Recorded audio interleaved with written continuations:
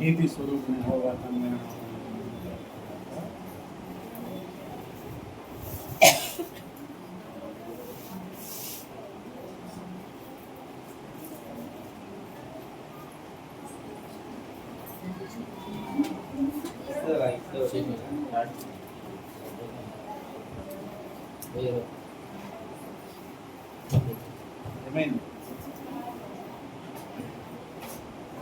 Praise the Lord, హల్లెలూయా.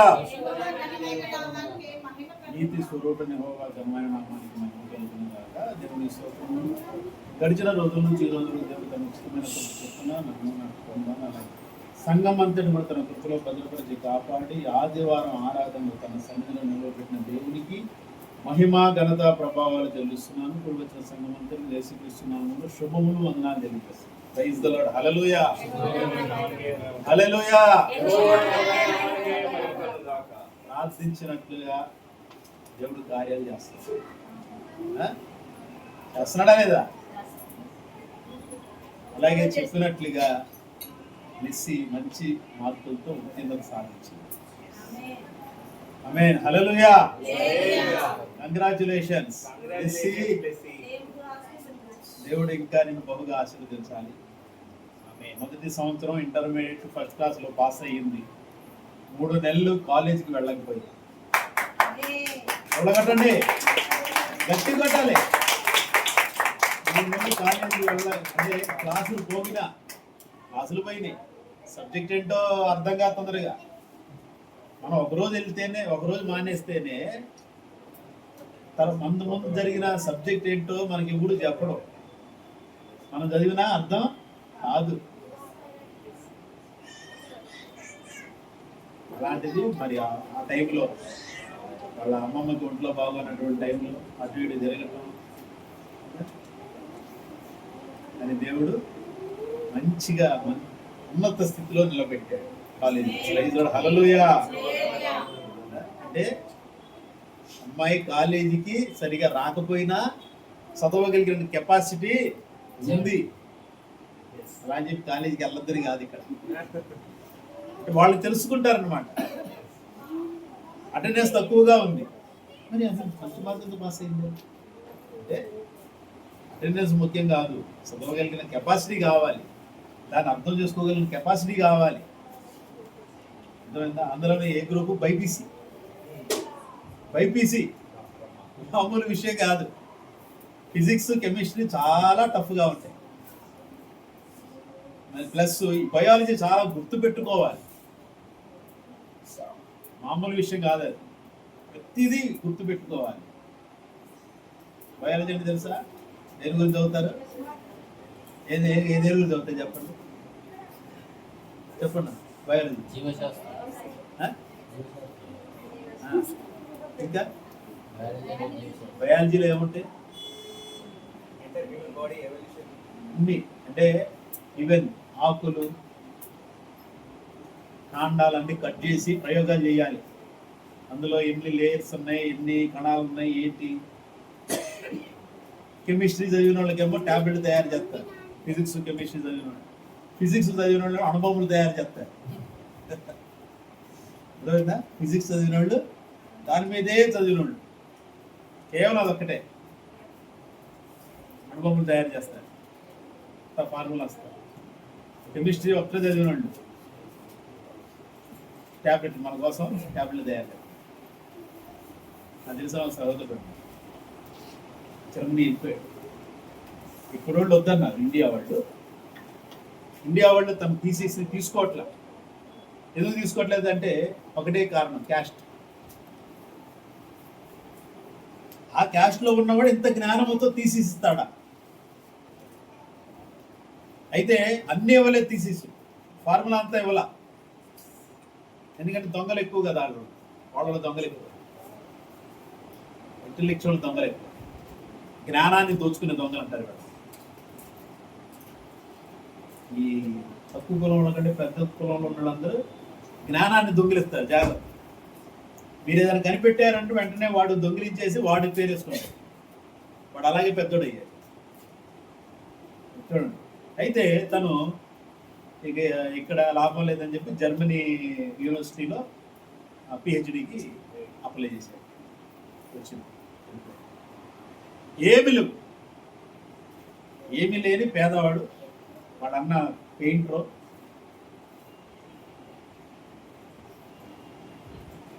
వాళ్ళ బావ painter, వాళ్ళ అమ్మ ముసలావిడ, తండ్రి లేడు. అలాంటి వ్యక్తి జర్మనీ వెళ్ళాడు.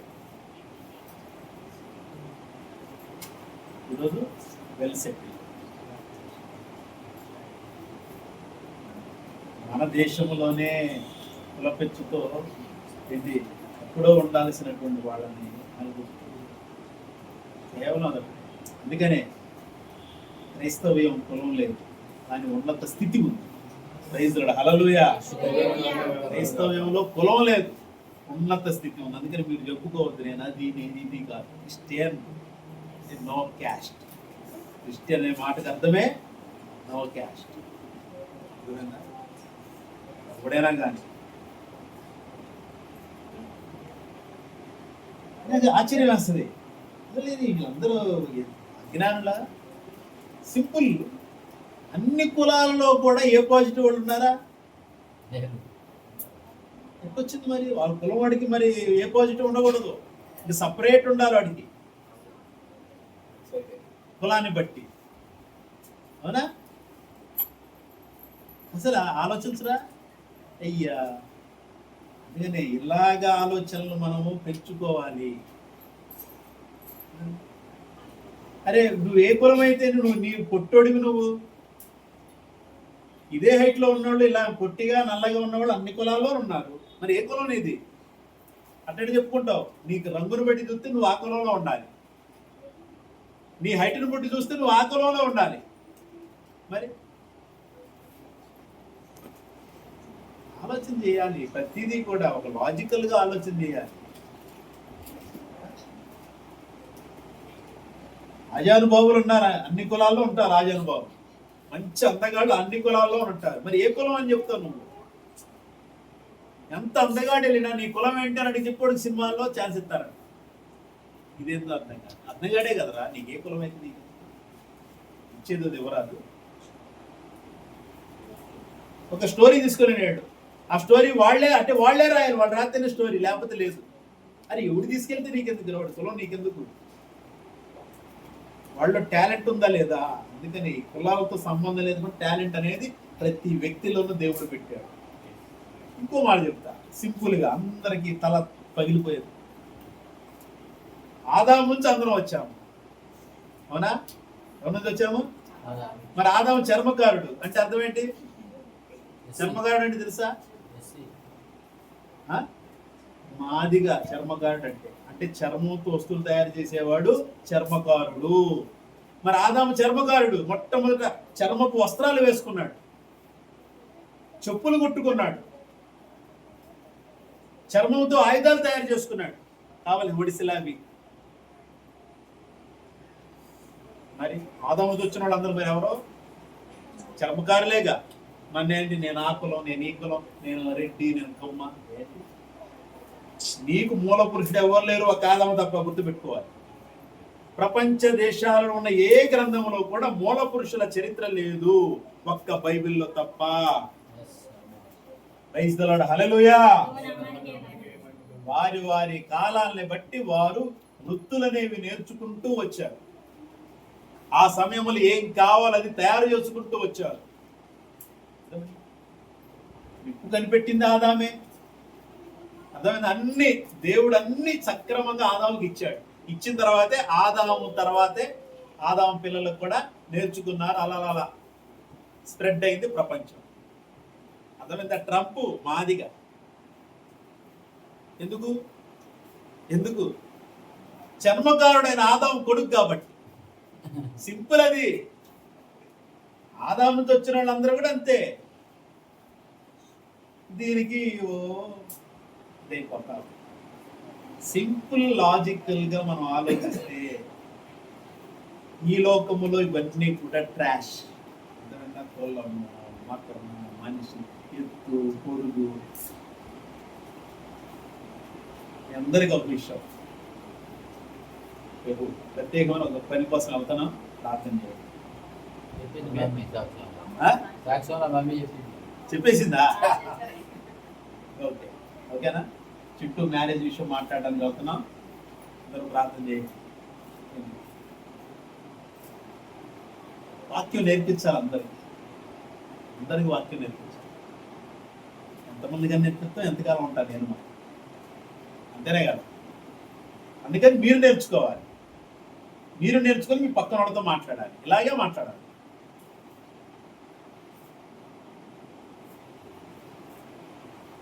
నువ్వు హైట్ ఉన్నావు, ఈ కులం అని చెప్పుకుంటున్నావు, మరి ఎంత ఉన్నాడు నీ కులం అని చెప్పుకుంటున్నాడు. ఇద్దరు ఎవరిది కరెక్ట్? ఇద్దరు ఎవరిది కరెక్ట్? మరి తక్కువ కులం అని చెప్పేవాళ్ళు నీ హైట్ వాళ్ళు ఉన్నారు, నీ రంగు వాళ్ళు ఉన్నారు. చెప్పు, కులం ఎక్కడి నుంచి వచ్చి అని నువ్వు మాట్లాడగలగాలి. లాజికల్.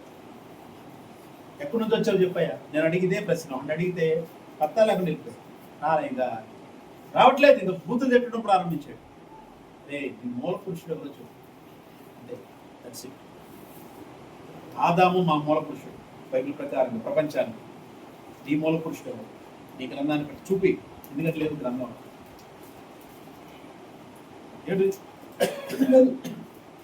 మనువులు ఉన్నారు, వాళ్ళు ఉన్నారు, వీళ్ళు ఉన్నారని చెప్తారు.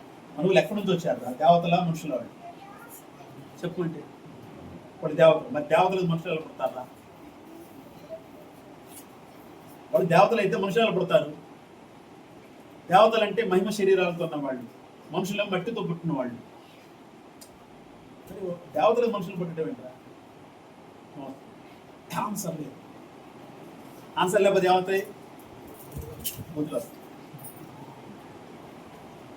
సబ్జెక్ట్ అయిన వాడి దగ్గర నుంచి ఏమవుతాయి? బూతులు వస్తాయి. అంతే. ఇలా లాజికల్గా మాట్లాడే ఇష్టం ఉండదు. అందుకని ఏం చేస్తారు? అదును చూసి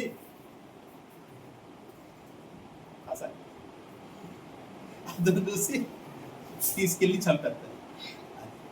అది నచ్చదనం. అంటే మమ్మల్ని ప్రశ్నించేవాడా ఒక తక్కువ కులవాడు?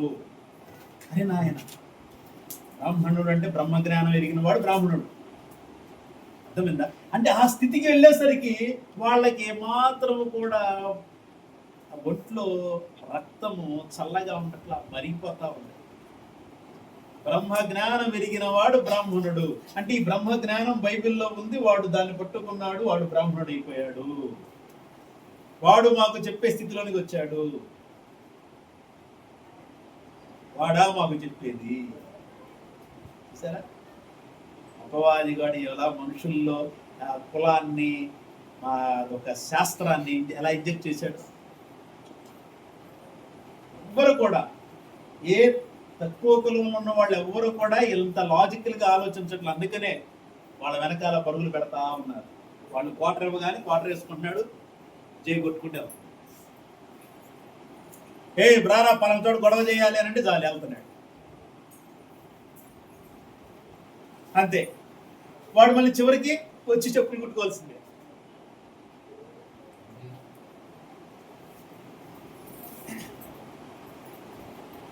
గుజరాత్లో గొప్ప అల్లరి జరిగింది. దాదాపుగా 2-3 వేల మంది ముస్లిమ్స్ వేశారు. అందులో అంటే ఈ జై శ్రీరామ్ గుంపులో ఉన్నవాడు ఒకడు ఉన్నాడు. అందరూ చెప్పులు కుట్టుకునేవాడు. వాడు అప్పుడు కుర్రోడు. ఆ యొక్క విర్రవిగే తనంతో వెళ్ళాడు. వాడు కూడా అందులో పాలు పంచుకున్నాడు. వాడు చెప్పాడు 20-30 మందిని చంపుకుంటాడు ఆ టైం. తర్వాత చెప్పులు కుట్టుకుంటున్నాడు రోడ్డు మీద. వాడే వాడి లక్షాధికారి అవ్వాలి అందులో తిరిగినందుకు. చెబుతున్నాడు, ఏమి ఇదంతా వచ్చింది, ఇదంతా మేము పొరపాట్లు చేశాం, తప్పు చేశాం. నా పరిస్థితి తప్పలా. చెప్పులు కుట్టిన స్థితి నిన్న. చెప్పులు కుట్టేవానికి కేవలము వాడు ఒక పావు మాత్రం. మనకి ఏమాత్రం అక్కడ స్థానం లేదు. చివరికి రోడ్డు మీద అదే పరిస్థితి. వాళ్ళ అమ్మ నాన్న ఏదైతే చేశారో వాడు అదే పరిస్థితి చేస్తాడు. చదువు లేదు, ఏమి లేదు, ఒకటే జై శ్రీరామ్. తర్వాత ఎప్పుడు తెలుసుకున్నాడు? ఏమీ లేనప్పుడు, ఇంట్లో వాళ్ళు చేత్కరించుకునేటప్పుడు తెలుసుకున్నాడు. ఏదిరా సంపాదన, నువ్వు భలే తిరుగుతున్నావు, బాగానే ఎత్తున్నారంటే ఏం ఎత్తున్నారు? వాటర్ ఎత్తున్నారు, వేసుకుంటున్నా వెళ్ళిపోయి ఏదో ఒకటి చేసేసుకొస్తున్నారు. ఎందుకరా నువ్వు పుట్టింది అని ఇంట్లో భార్య పిల్లలు అందరూ అనేసరికి వాడికి అప్పుడు జ్ఞానోదయం. ఉపయోగం ఏముంది? వయసు అంతా అయిపోయింది. ఏం చుప్పులు కొడితే రోజుకి ఎంత సంపాదిస్తాడు?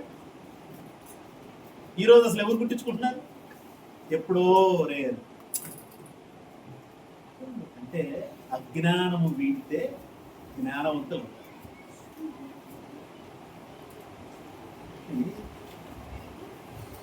మీరు నేర్చుకోవాల్సిన చాలా జాగ్రత్తగా క్రైస్తవం మీరందరూ రేపు నేను టైం తీసుకొని నా ఫ్యామిలీ కోసము తప్పదు నేను వెళ్ళాలి, తప్పనిసరిగా వెళ్ళి అప్లికేషన్ పెట్టుకొని వస్తాను. మీరు కూడా ప్రార్థన చేయండి ఈ విషయంలో తప్పనిసరిగా. అసలు దాని గురించి పోరాడాలి. ఇదే చెప్పాలంటే మనం అందరు ఇప్పుడు పోరాడాలి, రకరకాలుగా పోరాడుతూ ఉన్నారు, అందరు రకరకాలుగా పోరాడుతున్నారు. కానీ నాకు అది ఇష్టం లేదు. అందుకు ఆ పోరాటం క్రీస్తు పక్షాన క్రీస్తులో నిలబడాలి, వాక్యాన్ని పట్టుకుని పోరాడాలి. ఎందుకంటే ఒక క్రైస్తవునిగా ఉండాలంతే. ఏంటంటే దళిత క్రైస్తవులు, ఆ క్రైస్తవులు, మాలి క్రైస్తవులు, మాది క్రైస్తవులు, కమ్మ క్రైస్తవులు, కాపు క్రైస్తవులు, ఏంది ఇలా విడిపోతారా? క్రైస్తవ్యం అంటే అపవాది ఇంకా ఆజ్యం వస్తున్నాడు, అది కనిపెట్టట్లా సేవకులు. అపవాది ఆజ్యం వస్తున్నాడని కనిపెట్టట్లా.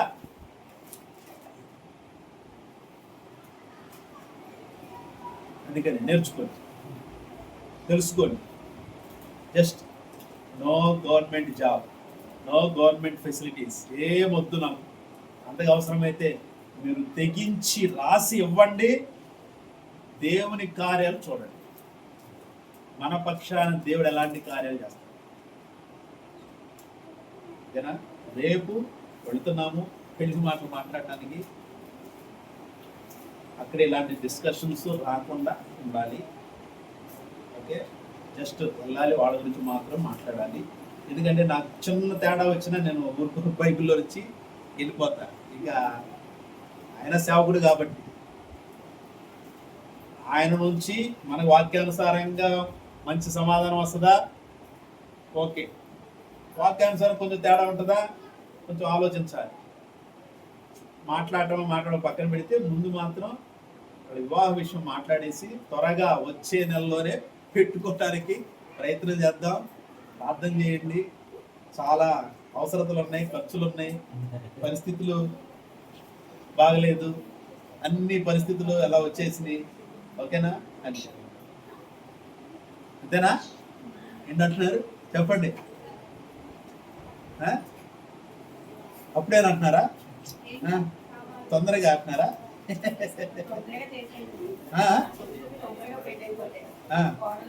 వాళ్ళు వచ్చేస్తే ఇల్లు ప్రశాంతంగా ఉంటుంది, వాళ్ళు ప్రశాంతంగా ఉంటారు. ఏంటి అమ్మగారికి పని తప్పిద్ది.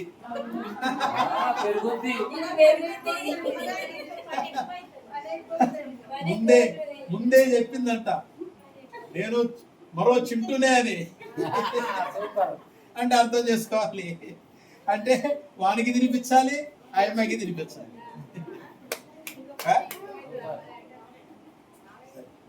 ప్రార్థన చేయండి.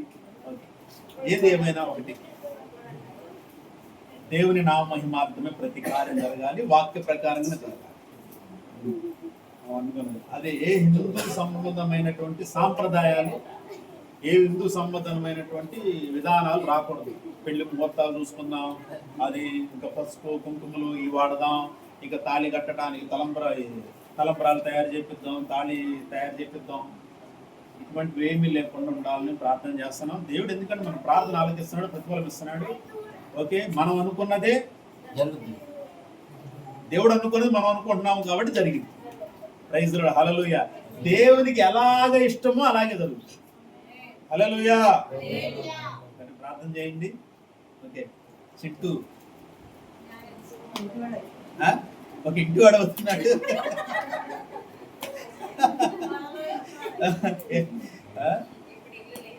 ఓకే, కాబట్టి ఇంకో వచ్చిందని ఇంకోటి అయిన తర్వాత ఇంకా మీకు భారమే.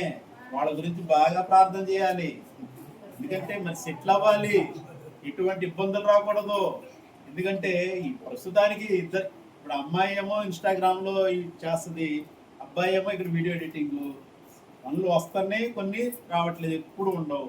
కాబట్టి వాళ్ళు బిజీ అవ్వాలి, బిజీగా ఉండాలి, పనులు ఎక్కువగా ఉండాలి, మన సంఘానికి ఉపయోగపడాలి, సమాజానికి ఉపయోగపడాలి. అర్థమైందా? ఎన్ని ఉంటాయి. వాళ్ళు మన మీద ఆధారపడకూడదు అండి, మనం వాళ్ళ మీద ఆధారపడటానికి వాళ్ళని ఏమి ఇది వాళ్ళని ఇబ్బంది పెట్టకూడదు. వాళ్ళు అన్నీ వస్తాయి అంటే మామూలు విషయం కదా. ఏం తలుచుకుంటే ఇంకా తల ఉప్పు కట్టి బాగా ప్రార్థన చేయాలి సంఘం. బల్లారాధన, ఓకేనా? ఎక్కడికి వచ్చాం మనము? బల్లారాధన కార్యక్రమం పాలు పంచుకునే వాళ్ళందరూ కూడా వాక్యానుసారంగా దేవుని యొక్క మాటతో తాపత్రయపడాలి. ఎందుకంటే అంత్య దినాల్లో ఉన్నాం, అపాయకర రోజుల్లో ఉన్నాం. మీరు దేవుని వాక్యానికి దగ్గరగా ఉంటేనే సంఘానికి ఆశీర్వాదం. సంఘం ఉన్న ప్రతి ఒక్కరికి దేవుని వాక్యానికి దగ్గరగా ఉంటుంది. నువ్వు నేను తేడా లేదు. ప్రతి ఒక్కరు దేవుని యొక్క ఆత్మచేత అభిషేకించబడి దేవుని యొక్క వాక్కులతో నడిపించబడితే సంఘము ఎప్పుడు కూడా ఆశీర్వాదకరంగా ఉంటుంది. ఎవరికి ఆశీర్వాదకరంగా ఉంటుంది సంఘం? చెప్పండి, ఎవరికి ఆశీర్వాదకరం సంఘం? సంఘం ఎవరికి ఆశీర్వాదకరం? సంఘము ఎవరికి ఆశీర్వాదకరం? లోకానికి ఆశీర్వాదకరము, సంఘానికి ఆశీర్వాదకరము, సంఘము ఒక్కళ్ళ వ్యక్తిగత జీవితానికి ఆశీర్వాదకరము. ముఖ్యంగా లోకానికి వెలుగుగా కనపడేది సంఘం. అవునా? సంఘం అంటే అందరూ కలిపితేనే కనపడాలి వాళ్ళకి. క్రైస్తవుడు క్రైస్తవురాలు అంటే వాళ్ళకి ఎవరు కనపడాలి? క్రీస్తు కనపడాలి, వెలుగు కనపడాలి.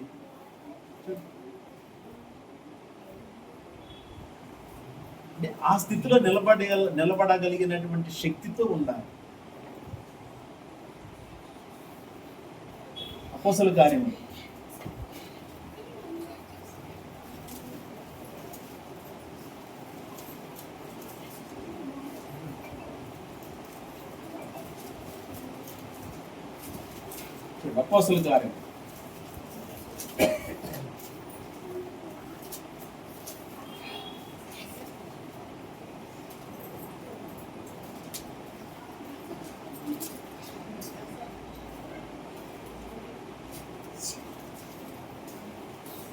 2వ అధ్యాయం.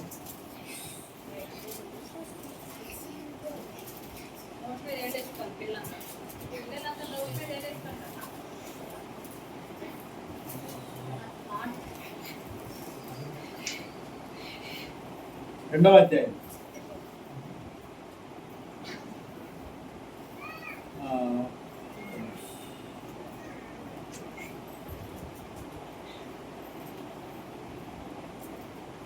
46వ వచనం చూడండి. వారేక మనస్కులై ప్రతిదినము దేవాలయంలో తప్పక కూడుకొనుచు ఇంటింటా రొట్టె విరుచుచు దేవుని స్తుతించుచు ప్రజలందరి వలన దయ పొందిన వారై ఆనందముతోను నిష్కపటమైన హృదయముతోను ఆహారం పుచ్చుకొనుచుండిరి. ప్రభువు రక్షణ పొందుచున్న వారి అనుదినము వారితో. ఇది సంఘం. మొట్టమొదటి సంఘం ఏర్పడింది. అపోస్తలులు వాళ్ళకు సంఘముగా ఉన్నారు. వాళ్ళు సంఘముగా ఉన్న వాళ్ళు అందరూ కొడుకుని ఇంచుమించు 120 మంది పైచిలుకు శిష్యులందరూ.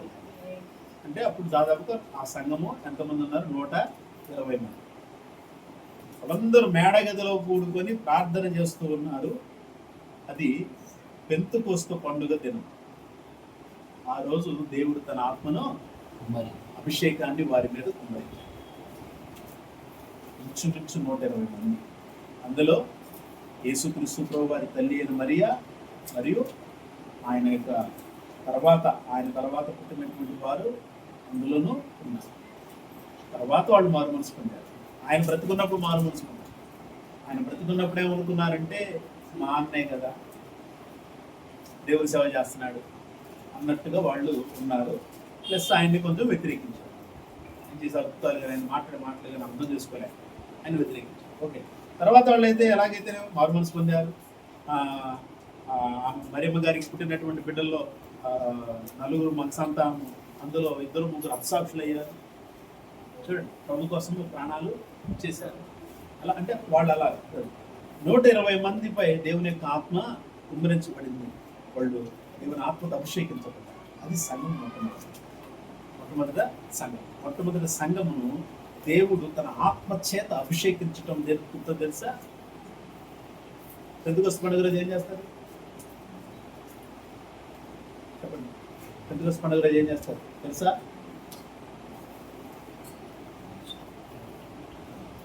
వాళ్ళు కోసినటువంటి పంటలో దేవునికి తీసుకొచ్చి ఆ పంటలంతా కూడా దేవుని సన్నిధికి తీసుకొచ్చి దేవుడిని ఆరాధన చేస్తారు.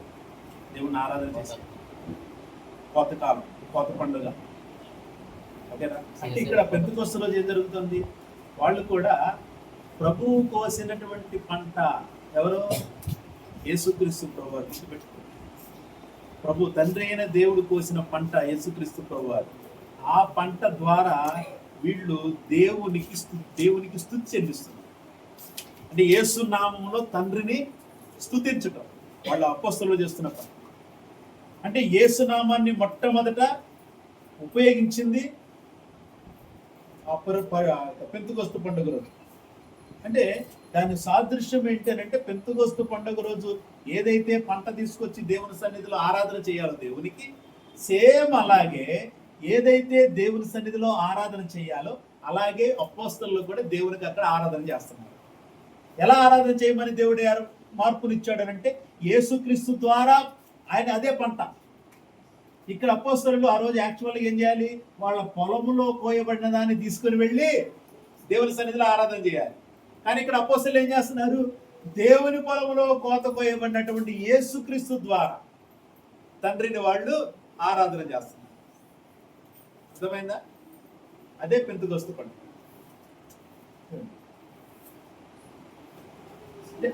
అంటే అదే ఆ పండుగ అలా ఆరాధన చేస్తున్నప్పుడే దేవుడు తన ఆత్మను కుమ్మరించాడు. అంటే పంటను అంగీకరించడానికి గుర్తు అన్నమాట. వాళ్ళందరినీ అంగీకరించాడు ఆయన. వాళ్ళు తీసుకొచ్చిన అర్పణని ఆయన అంగీకరించాడు. పెంతెకొస్తు పంటకున్నట్టు ఆయన అంగీకరించాడు ఆ పంటను. అంటే వాళ్ళని అంగీకరించి ఆత్మతో అభిషేకించాడు. వాళ్ళకి దేవుడు తన ఆత్మ శక్తి ద్వారా వాక్శక్తిని ఇచ్చే కొలది వాళ్ళు 11 దేశాల భాషల్లో వాళ్ళందరికీ దేవుని మహత్కార్యాలు, సూచక్రియలు ఏమేమైతే దేవుడు చేశాడు అవన్నీ చెప్తున్నారు. అంటే యేసుక్రీస్తు శిలువ మరణము, ఆయన పుట్టటము, ఆయన నడవటము, ఆయన బోధించటము, అలాగే ఆయన శిలువ మరణము, ఆయన సమాధి చేయబట్టము, ఆయన తిరిగి లేవటం, ఈ సువార్తను వాళ్ళు 11 దేశాల నుంచి వచ్చిన ప్రజలు వారి భాషల్లో ఈ అపోస్తలులు అందరూ కూడా ఎవరైతే ఆత్మతో నింపబడ్డారో వారందరూ వారి భాషల్లో వారందరికీ చెప్పడం ప్రారంభించారు. ఇప్పుడు మొట్టమొదట ఇంచుమించు 3000 మంది చేర్చబడ్డారు. వాళ్ళందరంట నొచ్చుకున్నారంట గుండెలు. వాళ్ళు మాట్లాడిన మాట, మీరు సిలువ వేసిన యేసుని దేవుడు ప్రభువుగాను క్రీస్తుగాను నియమించను అని వాడు మాట చెప్పగానే వెంటనే వాళ్ళ గుండెలు ఏమైపోయినాయి? నొచ్చుకోవటం అంటే గిల్టీ ఫీలింగ్, అయ్యో నేను తప్పు చేశానే అనే భావన. అప్పుడు అడుగుతున్నారు, ఏం చేయమంటారు మమ్మల్ని? మీరు పాప క్షమాపణ నిమిత్తము యేసుక్రీస్తు నామములో ప్రతివాడు బాప్తిస్మము పొందాలి. అప్పుడు ఈ వరం, ఈ పరిశుద్ధాత్మ వరం మీకు, మీ పిల్లలకు, దూరస్తులందరికీ ఉంటుంది అని చెప్పగానే వాళ్ళు అప్పుడు ఇంచుమించు 3000 మంది పురుషులు చేర్చారు. ప్రైజ్ ది లార్డ్, హల్లెలూయా. అలా ఆత్మతో అభిషేకించబడి మారు మనసు పొందిన సంఘం అంటే ఆషామాషికి రాలా. సంఘం ఎక్కడి నుంచి పుట్టింది? చెప్పండి, సంఘం ఎక్కడి నుంచి పుట్టింది? ఎట్లా చెప్పండి? క్రీస్తు ఎక్కడ నుండి పుట్టింది అంటున్నా? పుట్టింది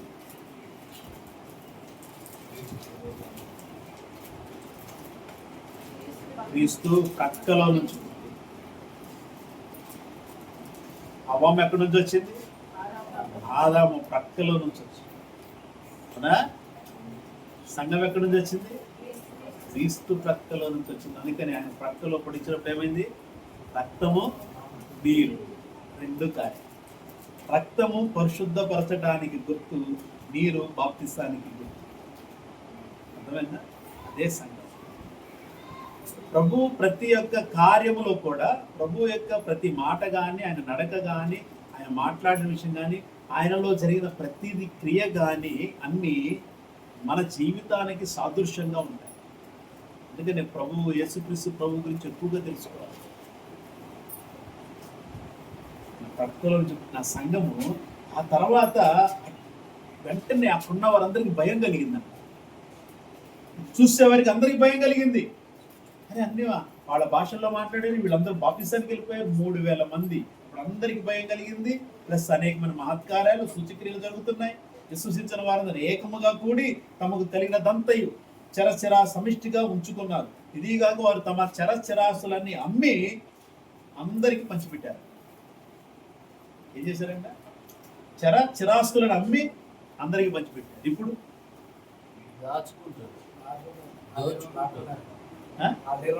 లాక్కుంటున్నారు. చిరాస్తులను లాక్కుంటున్నారు. ఎందుకు ఇది? నీకు ప్రభు వచ్చేస్తున్నాడు, ఇచ్చే అంటే ఎందుకు రావట్లేదా? నాకు రావట్లేదా ప్రభు?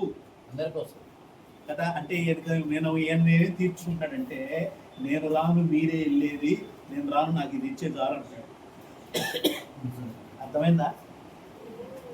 ప్రభు నా కోసం రావట్లా, మీకోసం వస్తున్నాడు. అది నాకు ఇవ్వు, ఎందుకంటే నేను ప్రభు కోసం కాదు అని తను చెప్పకనే చెప్తున్నాడు. అర్థం చేసుకోవాలి. మన ఎందుకు నీకు ఇచ్చేయి దేవునికి అంటారు. అన్నప్పుడు చెప్పండి, ఇది దేవునికే, నీకు కాదు అన్నాడు. నీకెందుకు ఇవ్వాలి? నేనే మందిరం కట్టిస్తా, ఎవరినో వాళ్ళని దేవుడి సేవకుడు పంపిస్తాడు. అతి విశ్వాసంతో ఉండాలి విశ్వాసులు. అర్థమైందా? స్థలాలు ఉన్న వాళ్ళు గుర్తుపెట్టుకోండి. ఏముందనుక ఇక్కడ దేవుని సంఘం కంటే ఎలా ఉంటుంది అని ఆలోచించండి. నేను కాదు, దేవుని చిత్తం అయితే నేను సేవకుని చేయొచ్చు, తర్వాత నేను సేవ చేయొచ్చు, తర్వాత ఏమి తెలియదు నాకు. స్థలం ఉంది కాబట్టి ఇక్కడ సేవ జరిగితే బాగుంటుందేమో. ఏముంది, 10 మంది వచ్చిన చాలు, 10 మంది వచ్చిన రక్షణ పొందినట్టే కదా. అందుకని ఇంటింట ఇక్కడేముంది, మనం చదివాం, ఇంటింట ప్రతిదినము దేవాలయంలో కూడుకొంచు, తర్వాత ఇంటింట రొట్టె విరుచుచు. ఏం చేస్తున్నారంట? ఎక్కడ చేస్తున్నారు? రొట్టె ఇంటింట రొట్టె విరుస్తున్నారు. ప్రతి ఇంట్లో రొట్టె విరుస్తున్నారు. అంటే అర్థమైంది తెలుసా? గుర్తుపెట్టుకోండి, మేదో నెలకు ఒకసారి మొదటి ఆదివారం చేస్తున్నాం. వాస్తవానికి నిజమైనటువంటి సంఘముగా మనం ఉండాలి అనుకుంటే ఎలా ఉండాలి తెలుసా? ప్రతిరోజు కూడా ప్రతి ఇంట్లో ప్రార్థన జరగాల, అలాగే ప్రభువుని జ్ఞాపకం చేసుకోవాలి.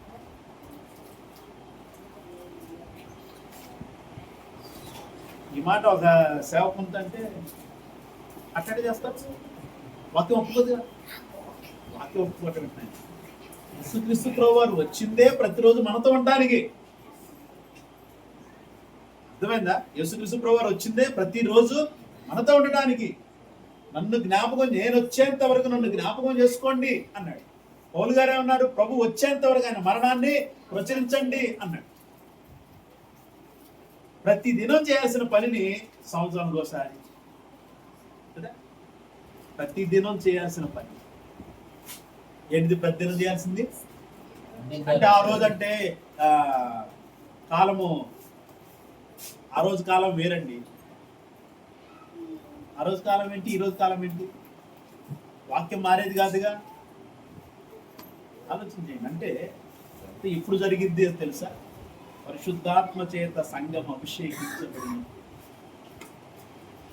పరిశుద్ధాత్మ చేత సంఘము నడిపించబడుతున్నప్పుడు, అమ్మా ఈరోజు మీ ఇంట్లో ప్రార్థన, ఓకే అయ్యా అమ్మ మీ ఇంట్లో ప్రార్థన, నెక్స్ట్ మీ ఇంట్లో ప్రార్థన. ఇదంతా ఎప్పుడు జరుగుతుంది? ఇలాగ మనం ఎప్పుడు ఉండగలుగుతాం? దానికోసం ప్రార్థన చేయాలి. అంత్య దినాల్లో జరుగుతుంది. రాబోయే రోజుల్లో జరుగుతుంది ఇది తెలుసా? కడవరి దినాల్లో జరిగేది ఇదే. మొట్టమొదట అపోస్తల కాలంలో ఎలా జరిగిందో సేమ్ అదే రాబోయే రోజుల్లో జరగబోతుంది. మొట్టమొదట అపోస్తల కాలములో ఎలాంటి శ్రమలైతే జరిగాయో మరలా చివరి దినాల్లో అలాంటి పరిస్థితులు రాబోతున్నాయి. దానికి సిద్ధపడి మనము ప్రతి దినము దేవునితో ఎక్కువగా గడపాలి. Praise the Lord. హల్లెలూయా. ఘనమైన నామాన్ని తింటా రొట్టె విరుచు దేవుని స్తుతించు ప్రజలందరి వలన దయ పొందిన వారై. ఏంటంటే ప్రజలందరి వలన ఎవరు పొందింది? సంఘము. ప్రజలందరి వలన దయ పొందుకున్నారంట సంఘము. అంటే వాళ్ళ యొక్క ఆలోచనలు, అంటే సంఘములో ఉన్న విశ్వాసాల యొక్క జీవన విధానాన్ని చూసి వాళ్ళందరి దయ, అంటే వాళ్ళ అవసరతలో, అంటే అన్యులు అక్కడున్న వారందరూ, వాళ్ళు అన్యులు కాదు, యూదులై ఉన్నారు. వాళ్ళు యూదులందరూ కూడా కొందరు సంఘం అంటే దయ చూపించేవాళ్ళు. ప్రజలందరి వలన దయ పొందిన వారై ఆనందముతోను నిష్కపటమైన హృదయముతోను ఆహారము ఏంటంటే ఆనందంతో పుచ్చుకుంటున్నారంట. మరి పుచ్చుకుంటున్నామా ఆనందంతో? బల్లారాధనలో ఏమ్మా, మరి బల్లారాధన ఆనందంగా తీసుకుంటున్నామా? మరి నిష్కపటమైన హృదయంతో తీసుకుంటున్నావా? నిష్కపటమైన హృదయంతోను. తర్వాత ఆహారం పుచ్చుకొని మరియు ప్రభు రక్షణ పొందుతున్న వారిని అనుదినము వారితో చేర్చుచుండెను. ఇది సంఘానికి ఉన్నటువంటి శక్తి. అంటే ఆనందంగా నిష్కపటమైన హృదయముతో నువ్వు ఆహారం పుచ్చుకుంటూ ఉంటే ప్రభు రక్షణ పొందుతున్న వారు అనేకులు చేర్చబడతా ఉన్నారు. ఎలాగా? ఇంటింటా రొట్టె విరుస్తున్నారు. అక్కడికి వెళ్ళినప్పుడు ఇంటింటే ఆ ఇంట్లో వాళ్ళే కాదు, పక్కింటి కూడా వస్తారు. అవునా? పక్కింటి వాళ్ళు వచ్చినప్పుడు కొన్ని మాటలు మాట్లాడి దేవుని స్తుతిస్తారు. ఆ స్తుతించే క్రమంలో దేవుని ఆత్మ వారి హృదయాలను కూడా మారుస్తుంది. అందుకని అనేకులు ఇంటింటా అలా జరిగినప్పుడు అనేకులు రక్షణ పొందటం, అనుదినము సంఘంలో చేర్చబడటం జరుగుతుంది. కాబట్టి ప్రియమైన దేవుని సంఘం, మన సంఘం కూడా దేవుని ఆత్మలో దేవుని వాక్యలో బలంగా ఉండటానికి, దేవుని కోసం నిలబడిన సంఘముగా ఉంది అని చూపించడానికి, శక్తి కలిగిన వారిగా నిలబడటానికి తాపత్రయపడాలి. వాక్యంలాగా తీసుకోండి. దేవుని ఆత్మాభిషేకముతో అడుగులు వేయడానికి తాపత్రయపడండి. అప్పుడు మనము ఏదైతే చేయాలనుకుంటామో అది చేయటానికి దేవుడు తన ఆత్మశక్తిని, బలాన్ని మనకు అనుగ్రహిస్తాడు. Praise the Lord. హల్లెలూయా. దేవుని సంఘము చాలా జాగ్రత్తగా జీవించుదాం. అంత్య దినాల్లో ఉన్నాం, అపాయకరమైన రోజుల్లో ఉన్నాం. కాబట్టి ప్రభు రక్షణలో ఉన్నటువంటి వారు, రక్షణ పొందినటువంటి వారు, త్వరలో పాల్పంచుకునేవాడు మనం అందరం కూడా దేవుని ఆత్మలో బలంగా ఉండటానికి సిద్ధపడడం తాపత్రయం. దేవుడి మాటను ఆశీర్వదించి తన కృపలో తన ఆత్మలో మనం అభిషేకించి నడిపించును గాక. Praise the Lord. హల్లెలూయా. నీతి స్వరూపైన యెహోవా ఘనమైన నామానికి మహిమ కలుగును గాక. మోకరించి